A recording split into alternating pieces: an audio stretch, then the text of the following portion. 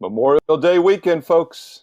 Longest race of the season, the Coca Cola 600 at Charlotte Motor Speedway this Sunday evening. We're going to get to all the picks and previews and predictions for that race right here on Life in the Fast Lane, NASCAR version on WagerTalk TV. Of course, before we do it, I'm your host, Steve Merril, WagerTalk.com. But before I bring in two great Americans and also two great NASCAR handicappers to recap the previous race, got Rocky Atkinson, SportsMemo.com, and Andy Lang, WagerTalk.com. And let's do the Rocky recap. Rocky, unusual road course, 20 turns. First time in NASCAR history they went down to this Grand Prix Formula One track in Austin, Texas. And kind of like, they did the dirt race in Bristol and it rained. They do this new exciting race in Austin. It rains. Of course, the difference is they race in the rain, and what a mess it was. Andy and I are both in a kind of a friendly, kind of a private contest. We pick four drivers. Your top three get points, and Andy and I both finished 1, 2, 3 and tied each other. So throughout all that craziness, I guess you could say Andy and I still nailed it. It was somewhat predictable, but it was a rough, random ride to that finish. Rain-shortened event. Rocky, recap. Let's hear it. All righty. I personally split out with my premium plays, went 1-1 this past weekend. As far as the race goes, defending champion Chase Elliott got his first win of the season in the rain-shortened Circuit of the Americas in Austin, Texas. Kyle Larson finished second, followed by Joey Logano in third. Ross Chastain with a strong fourth-place finish there. A.J. Allmendinger rounded out the top five. Place was Chase Briscoe, McDowell seventh, Alex Bowman in eighth. Tyler Reddick finished ninth, and Kyle Busch rounded the top 10. The race was called with 14 laps remaining for safety, with water standing on the track. Logano won stage one, Busch won stage two. A few of the were happy with this race, and I have to agree with them. We were just discussing it before we come on air. As far as I'm concerned, I'm not a big fan of road course racing myself to begin with. And now we're racing with windshield wipers and rain tires. I'd rather them get back to the regular NASCAR racing. I'm fine with maybe a Watkins Glen, a Sonoma, maybe even the Charlotte Roval, Daytona road course. But it seems NASCAR is trying to make too many changes these days. Denny Hamlin and Kevin Harvick are still without a win this year, currently sitting 12th and 13th in the playoff standings. Could this be the week that one of the H boys brings home the win? We shall find out Sunday evening. Should be a good one in Charlotte for the Coca Cola 600. Yeah, it's hard to believe one of the H boys doesn't have a win yet. And let's keep in mind, Harvick, Hamlin, and Chase Elliott combined had 21 wins in 36 races last year. And they had not won a single race until Elliott gets that road course win this past week. It was rain shortened. And by the way, he was not going to win that race had it gone the distance. He was going to have to pit for gas. Very unlikely he would have gotten back. In fact, Kyle Busch was running fourth. Another good outing by Busch, who dominated the Xfinity race on Saturday.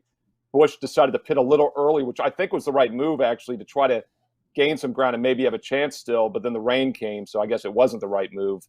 But a lot of those guys were a little bit of trouble. And overall, the strongest driver rating, Andy, was actually Joey Logano, followed by Kyle Larson, and then Chase Elliott third, Kyle Busch fourth, Ross Chastain fifth, best driver rating in that race. And Michael McDowell, a guy I forgot to mention on the show last week, remains a road course ringer at the sixth best driver rating, and he's great on restrictor plates, won the Daytona 500.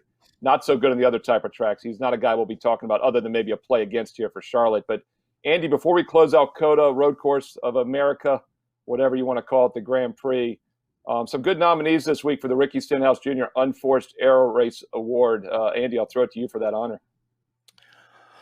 All right. Well, first off, a shout out to Formula One making an appearance on the Stenhouse Award. Charles Leclerc wrecks at the end of qualifying the day before. Ferrari tells us that his gearbox is perfectly fine. He comes out, goes about a half mile in his car the day of the race, and his gearbox is indeed not fine. So he didn't even start the race. Shout out to the announcers who were saying they wonder if Leclerc's going to be able to get out on track, even though he's standing talking to his sponsors with no helmet as they're wrapping his car up. That was a good moment. Keselowski had the spin. He immediately dropped from 10th to 3rd. That's another nominee. Keselowski and Blaney changed tape, which I guess you can't do. Like, I didn't know you couldn't do that. Only tires, so now they have to start in the rear. Once again, NASCAR, just a complete mess this weekend. The winner is going to be the disastrous wrecks. Wallace, Harvick, Bell, Blaney, Truex, Custer. That's going to be your winner, and I think it's more on NASCAR, not exactly the drivers, because NASCAR making them go out in that mess. So But I do have to talk about the red flag, and one of the most ridiculous things I've ever seen in NASCAR was where they pull them into the pits, and then they let the crew. They give you 3 crew members, and you get 3 tools, and those tools were a bottle of Rain-X, a squeegee, and a ShamWow. And that is not a joke. That really happened. So you have guys going on about how the announcers are saying, yeah, they're spraying it with Rain-X, and then you got the squeegee and the ShamWow, which is just so ridiculous. Because, I mean, first off, when you have the Rain-X, oh, sorry guys, when you have the Rain-X, it really doesn't do much. It really doesn't do much to help the water that's in between the cars. It's not really the water that's on the windshield that's the problem. It's the visibility factor. Sorry guys.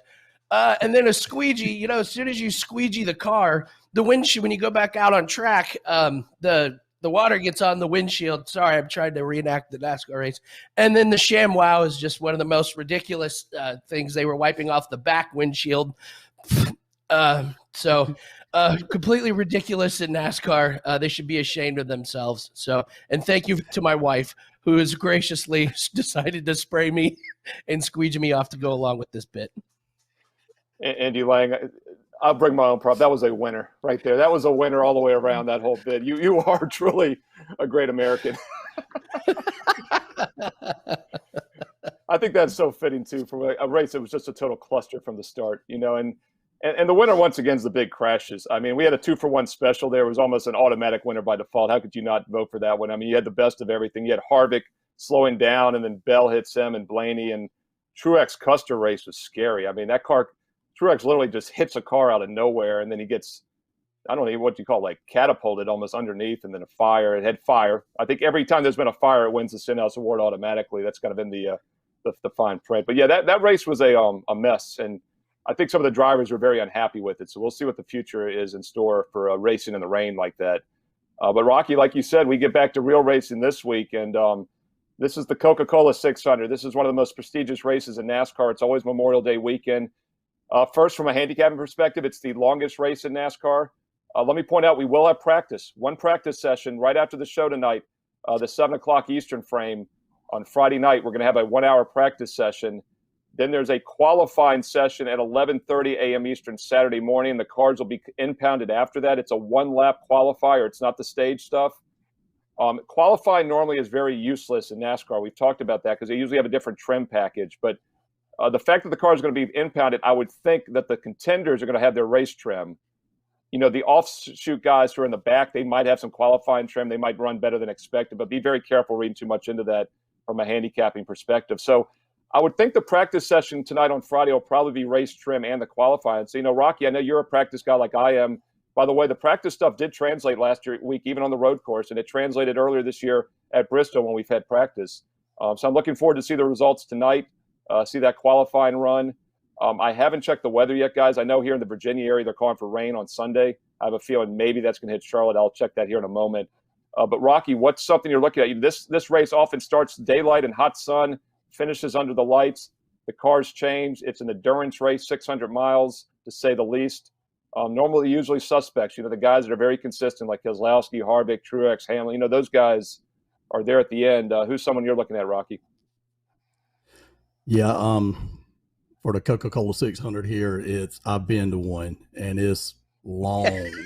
It starts at 6 o'clock, and it lasts 4 or 5 hours.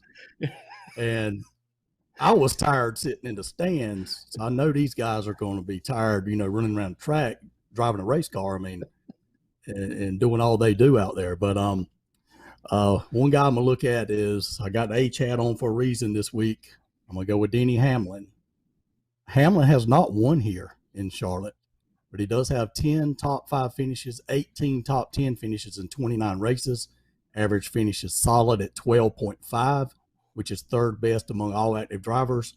The past 3 years here, Hamlin has 2 top 5 finishes in those 4 races with an average finish of 12.7.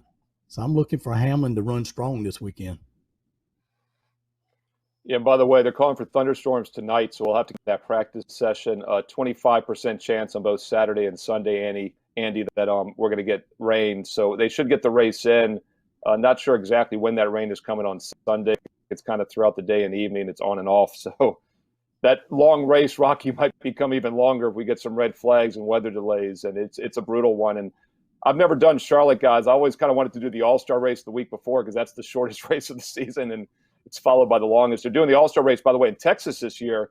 Texas gave up one of their races so that Austin could have that race last week, and now they get the All-Star race as a trade-off. So we go straight to Charlotte here off a road course, Andy, which is something we've never done before. In the past, they've always had that week before here on the same track. You get even extra practice and time in, the top contenders who run in the All-Star event. So, Andy, what's something you're looking at? How do you handicap Charlotte, first of all? I mean, it's an intermediate 1.5 miles. I don't really want to call it a cookie cutter because it's a little faster and different than the other ones. Maybe Atlanta's a good comparison. But it's this intermediate track, which makes up about half the event. So the usual suspects for you, Andy? Yeah, just I handicap it. Like cookie cutters, I'll take all those big ovals and kind of throw them all together into a gigantic pot. So somehow I went 2-1 last week in that nonsensical race. I don't know how I did that. I guess that shows what kind of handicapping was. It took a rain messy just disaster of a race for me to go 2-1. So how about that? I like Kyle Busch this week. Best average finish this year at Kansas, Atlanta, Las Vegas, and Homestead. He's the only driver to average a top 5 finish at those tracks. In the last 4 races at Charlotte, he's got the 4th best average finish. I mean, there's no comparison from last week, but he was good. So that team's got it together. He's clicking. Long race. Kyle Busch has shown he's got good endurance. He's in shape. He's not one of those guys that's going to fall apart as the race goes on. So I like Kyle Busch as my top driver this week. Yeah, once again, we do, hopefully if weather holds up tonight on Friday, we do have a practice session, and we all know what a difference practice makes for Kyle Busch. I think one of the reasons he was off last year in 2020 was the lack of practice. They had it at Bristol. They had it at the road course last week. He ran very well last week at the road course. He ran the Xfinity race and dominated that, and then ran well on Sunday. Should have been the 4th place finisher had he not pitted late, as I mentioned. And, of course, he had a win a few weeks ago, Rocky. So Kyle Busch is back. I don't think we have to say that let's wait to see something from him anymore to use him because he's been showing us something. Rocky, who's somebody else you're looking at here on the 1.5 mile Charlotte race intermediate track here? We'll stick with the H-hat and go with Kevin Harvick. Harvick has 3 wins, 9 top 5 finishes, 19 top 10 finishes in 38 races here. Average finish is 14.9 at this track. Past 3 years here in Charlotte, Harvick has 3 top 10 finishes in 4 races. Average finish is 16.2. Once again, I want to make note that Hamlin nor Harvick, either one, has won a race this year. So I'm looking for one of them to pull it out this weekend. Yeah, just a quick thing about Charlotte I want to point out is I almost any stats or you look at are probably differentiating. But keep in mind, there is a Roval now at Charlotte, so you don't want to look at like the fall race. You got to make sure you're looking at, the long race. And even the fall race back in the day did not translate to the 600 because it wasn't as long. And Kevin Harvick hasn't been as strong this year as we've established here on the show. But as I mentioned earlier, this is really a veteran endurance race where you got to know how to make, adjust the car during the changes between day and night. And Kevin Harvick, it's hard to imagine he doesn't find a way, Andy, even if he's not the strongest car, to be a top 10 contender. So from a head-to-head matchup especially, he's going to be worth a look. Andy Lang, who's somebody else you're looking at Charlotte?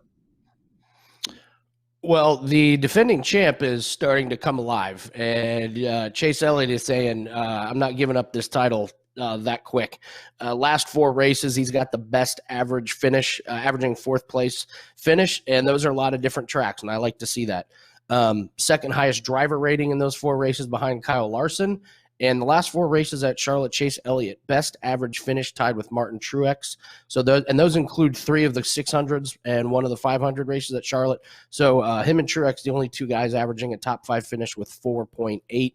So look for Chase Elliott. He's starting to come alive. I like these drivers. I like trying to pick up on these drivers that kind of slump a little bit and then start to get in the groove.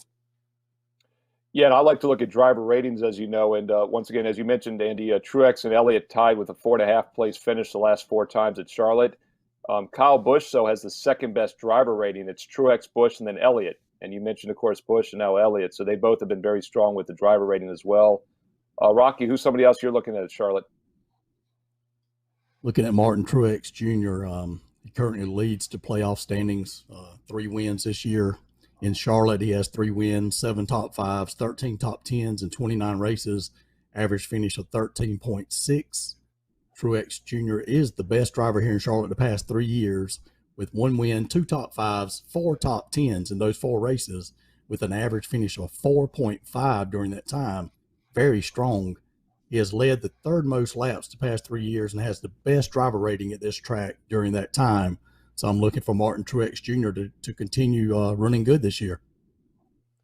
Yeah, Truex is my guy this week. He was off last week on the road course, but he's still been as good as anybody on the circuit overall this year. And it's still, guys, I've followed NASCAR for over 20 years now. Probably the most dominant performance I have ever seen at any track, any race, was 5 years ago this weekend in May of 2016 when Truex led 392 of the 400 laps in the 600. And that was the one, Rocky, probably didn't seem too long if you were sitting at it because that one moved pretty quick. Obviously, a lot has to go right caution-wise, as you know, Andy, for a guy to lead that many laps just by default. But that's how dominant he was. And then you look at what he's done since. Last year we had 2 races. Keep in mind, last year this was one of the first tracks back after Darlington. We had races on the 24th and the 28th, and a little bit shorter. Truex finished 6th and 9th, but he was second in both stages in that first event. And then was a little bit off in the second one, but he's just been fantastic. Jimmy Johnson over the years figured out how to win here, and it seems like Truex is that one guy of everybody that just knows how to run at Charlotte more so than any other intermediate. So that's why he is the pre-race favorite. Andy, what's something else you're looking at for Charlotte? Gotta give credit where credit is due, and I'm going to stick with him. William Byron, the last 3 races before Coda, 3rd best average finish. Last week he finished 11th, but that was an unbelievably great 11th place finish because he had a lot of damage to that car. I had a bet on him, and somehow he won his head-to-head matchup. Excuse me. I love when teams fight through adversity. Damage to the car, that's fine. We'll figure it out.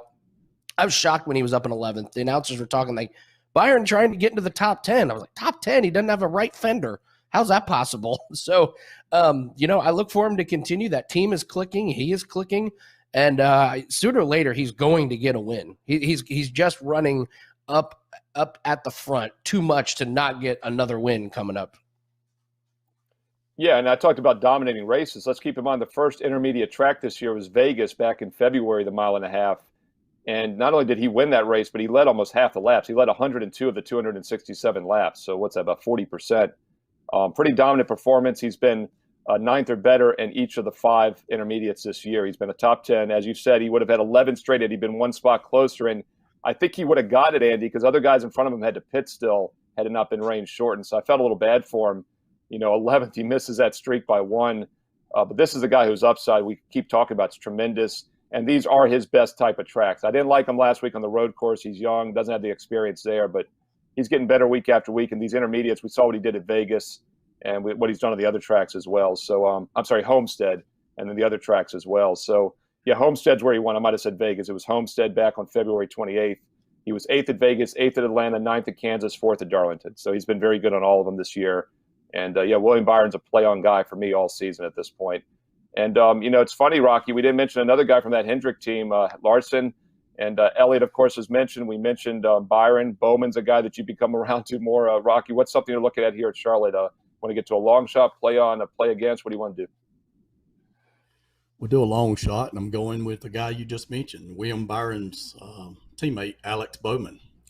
18-1 is what I saw on him.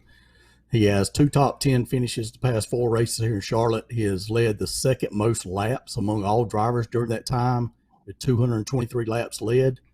This is not a fade Alex Bowman year so far. It's more of a play on Alex Bowman this year. We made a lot of money fading him last year, but I'm looking for Bowman to continue to run good this weekend, have a solid finish. Yeah, I mean, we talked about Bowman last year in the restart. And, you did do well fading him, Rocky, and I was a little late to that party because he'd run really well. I believe it was the California race last spring of 2020 where he dominated one of those intermediate or the 2-mile tracks, and then he just never quite got it going after the restart. But we've seen how good this team is. The one guy, Andy, we still haven't mentioned here is Kyle Larson, who will be a contender once again this week. He's been as probably good as anybody on the Hendrick team, yet we've already mentioned now Byron, Elliott, and Bowman. So we know how good that team is. They finished 1, 2, 3, 4 just a few weeks ago, let's not forget, which is incredible. Andy, what's maybe a long shot you're looking at? You mentioned William Byron. We could kind of call him as a slight long shot maybe, but anybody else you're looking at? Well, I don't know if you consider him a long shot, but Tyler Reddick, the last 3 Coca Cola 600s, average finish is 9th. So if you're looking at maybe a little bit longer for like a top 10, he's plus 140 to finish inside the top 10. He's been good. He's been solid. Let me pull up his odds to win. I mean, yeah, pretty good odds to win, 40-1. But I really like that top 10 at plus 140. I think there's good value on that. Kind of sneaky under the radar, and I mean, results don't lie. Average finish of 9th in the last 3 600 races. So Reddick, sneaky guy in daily fantasy, sneaky guy in fantasy leagues like the ones we play in. So hopefully Reddick will get a good head-to-head matchup. I'd love for him to make my card. Yeah, Reddick's another guy. I mean, this is a guy that's won championships at other levels and very young, kind of like a William Byron. I think Reddick will continue to get better over the next couple of years. And I guess Custer technically got Rookie of the Year last year, right? Because he won that race at Kentucky and made the playoffs. But we all kind of felt like Reddick was the guy to beat all season as a rookie, and I still think he's going to be the best long term from that rookie class last year. Rocky, we always mention a play on guys who we've talked about some long shots, but with the head-to-head stuff, I think a play against guy can be just as powerful. Is there anybody you're looking at this week at Charlotte? Yeah, I'm looking to play against Eric Almirola. He has no wins, no top 5 finishes, only 1 top 10 and 15 races here in Charlotte. Average finish 17.9 at this track. Almirola's running awful this year. He's currently sitting 28th in the point standings. Something just seems wrong with his team this year. After he was pretty good last year, but something's going on this year. So we're going to look to play against Eric Almirola this weekend. Yeah, I mean, he's just been snake bit, to say the least. I mean, I feel like every other week he's in the nominees for the Stenhouse Award. There's something going on, like you said. And then to put a big picture, let's keep in mind also that team in general has not done much. That's Kevin Harvick's team, and Harvick dominated last year and has yet to win. So it's almost like that team's a little weaker, and then he's having bad luck on top of that, and he's not as talented as these, Class A drivers. So it's been a bad year for Almirola. And I'm looking right now at DraftKings. You can actually get a head-to-head. Chris Buescher is actually a slight dog, minus 109. Almirola's minus 122. Buescher's a guy we have not talked about here on the show much, but he's quietly having a really good season. So you've almost got an under-the-radar guy against an overrated guy at a slightly dog price there with Buescher over Almirola. So I'll throw that out, something you guys might want to look at. Andy, a play against guy that popped on your radar this week for Charlotte? Yeah, I think JJ Yaley. No, I'm just kidding. There is a guy. Quinn Hoff. Yeah, Cody Ware. Anybody whose name ends with 2 T's. Let's see. Actually, who's really bad at Charlotte is Austin Dillon. He really, really struggles. I don't know why, but the last 4 races here at Charlotte, you got to scroll all the way down. I mean, he's outside the top 23 in finishes.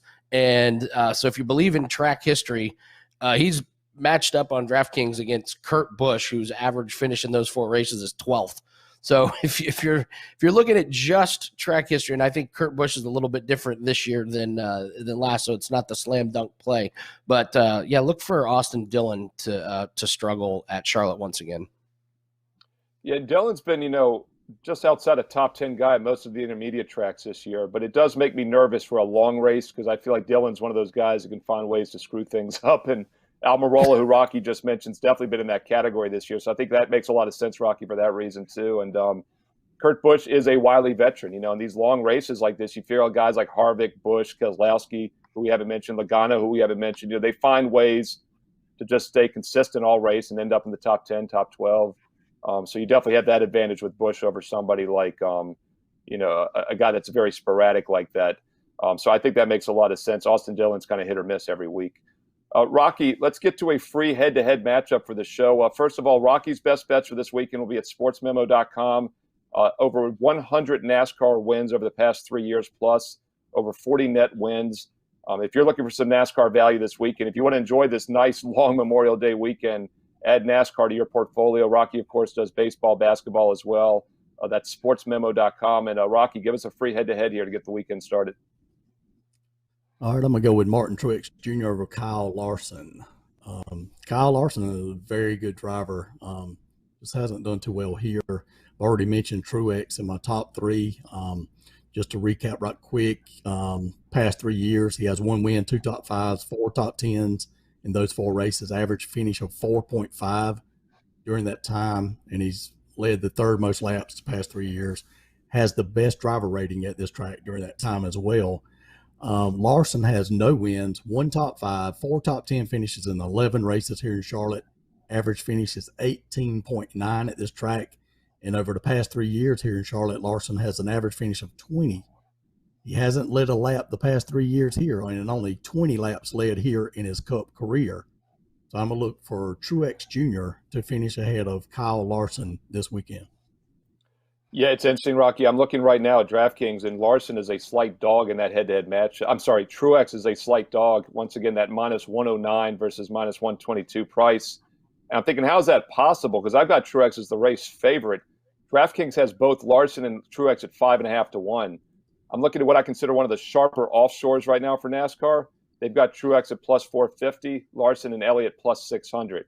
I agree with those odds a little bit more. So definitely shop around for these head-to-heads. It shows, once again, if you get the more public U.S. books that don't take a lot of sharp action, you're going to get some value at times. And Kyle Larson is the second-place king. You know, he's done it his whole career. How many remember all those second place until he finally won a race earlier in his career? And if there's ever, he seems to tail off. He dominates the first half of races, the first 2/3. So if there's ever a track where you're being a little bit more concerned about that, it'd be the longest race of the season in Charlotte. Meanwhile, Truex, as I established earlier, had probably the most dominant performance I've ever seen when he led 392 out of 400 laps 5 years ago. He's been really good since. So, yeah, surprised to see him at a slight dog price against anybody in this race, and I think that's worth a look. Andy, the prop master, Andy Lang, WagerTalk.com. He does props for hockey, basketball. I mean, NBA and NHL playoffs are here. It's a great time for props. Sportsbooks put up more than ever right now. It's the Super Bowl of props right now for basketball and hockey, in my opinion. Major League Baseball, daily basis. Andy does golf as well. He, of course, does NASCAR also, and he'll have his NASCAR best bets this weekend at WagerTalk.com. And, Andy, maybe a free prop for us for the show here for Friday. Yeah, this is on DraftKings. I think this is worth just a little sprinkle. I'm going to go with under 15.5 cars to finish on the lead lap. Like Rocky talked about, this is such a long race, and we've seen, obviously take out last week, we've seen way fewer cautions at some of these races across the board. There was 1.5 miles earlier, it's escaping me, where we had a lot of cautions. But other than that, long green flag runs. And you get this 600-mile race with not a lot of cautions, and you get a guy like Larson or a guy like Kyle Busch or Denny Hamlin or Harvick, one of these guys that gets their setup right in the middle of that race, and you get 2 or 3 long green flags, they will be lapping the 10th place car if it goes long enough. This is just a really, really long race. And if we see only a few yellows, I look for someone to get their setup nailed and to start lapping the field pretty good. I think 15.5 is a lot. Yeah, and the one thing you might have going for you as well, Andy, is that there probably will not be one of those competition cautions since they're having practice and qualifying. So that's one less caution you'll get. We talked about the weather, 25% chance rain. It's going to be sporadic, but I don't think it's going to be heavy. So hopefully you don't get a lot of delays there. And otherwise, I think you're onto something. I mean, 600 laps, longest race of the season. And we've seen less cautions than ever in NASCAR the last few years. And we see guys like Truex, who I keep referencing, that guys have run away with this race in recent years more than they used to. So under 15.5 in the lead lap basically means less cautions. So it's kind of correlated to that whole theory. And once again, Rocky's free play is Truex over Kyle Larson. I think Larson could be good on this track, but I think even better. So I agree with that one, especially at a slight dog price. And once again, guys, Rocky's at sportsmemo.com. His best bets for all sports this weekend is at WagerTalk.com, the prop master to say the least. And then, of course, Steve Merril, myself, I'm at WagerTalk.com. Baseball and basketball best bets this weekend. And don't forget, 7 days for $77 with code FLAG77. It's Memorial Day weekend, so that's an easy one to remember. FLAG77 gets you 7 days for $77 for any capper right now, WagerTalk.com. Hey, everybody out there, thank you for watching. As always, thank you for supporting the show. Have a great Memorial Day weekend. Enjoy the race on Sunday. Please subscribe to Wager Talk TV for great free content for every sport every day.